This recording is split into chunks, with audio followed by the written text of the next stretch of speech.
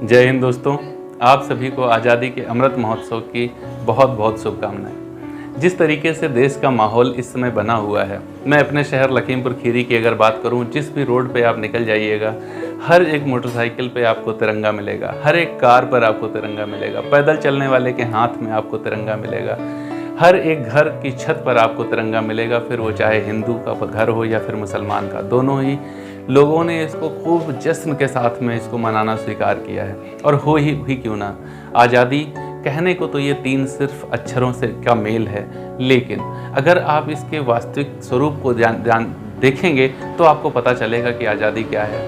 आप अपनी इच्छा से कुछ कर नहीं सकते, आप अपनी इच्छा से कहीं जा नहीं सकते, आप अपनी इच्छा से कोई त्यौहार बना नहीं सकते, आप अपनी इच्छा से उद्योग कर नहीं सकते, आप अपनी इच्छा से कृषि कर नहीं सकते।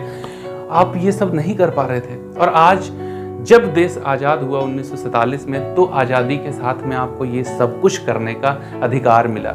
सोच के देखिए, आज अगर माँ बाप भी किसी बच्चे को डांट देते हैं ना, तो बच्चा सोचता है कि माँ बाप से अलग चला जाऊं ताकि मेरे ऊपर ये बंदिशें जो हैं ये ख़त्म हो जाएं। मतलब एक बच्चा अपने माँ बाप की बंदिशें बर्दाश्त नहीं करना चाहता, जो उसके अच्छे के लिए कर रहे होते हैं। और एक समय था जब हम ऐसे लोग जो हमारे समाज के भी नहीं हैं, जो हमारे संप्रदाय के भी नहीं हैं, हम उनके कहने के अनुसार काम कर रहे थे। तो ये आज़ादी कितना महत्वपूर्ण है।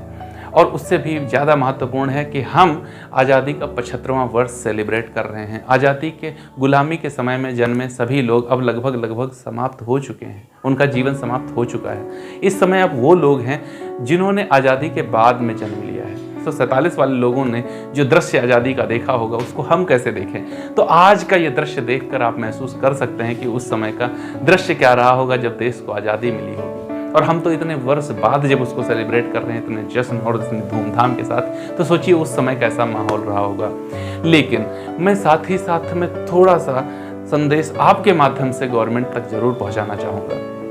जो हमारे स्वतंत्रता संग्राम का इतिहास रहा है, जो भारत का गौरवशाली इतिहास रहा है, फिर वो चाहे महाराणा प्रताप हो, झांसी की रानी हो, जीजाबाई हो, राम प्रसाद बिस्मिल हो, अशफाक उल्लाह खान हो, दुखी खुदीराम बोस हो, कोई भी हो, जिन्होंने अपनी बलि दी है इस स्वतंत्रता की प्राप्ति के लिए। ये सब हमारे इतिहास के पन्नों में क्यों नहीं है? इन्हें इतिहास में ना देखकर मन में एक दुख होता है, और वह आज मैं आपके साथ साझा कर रहा हूँ।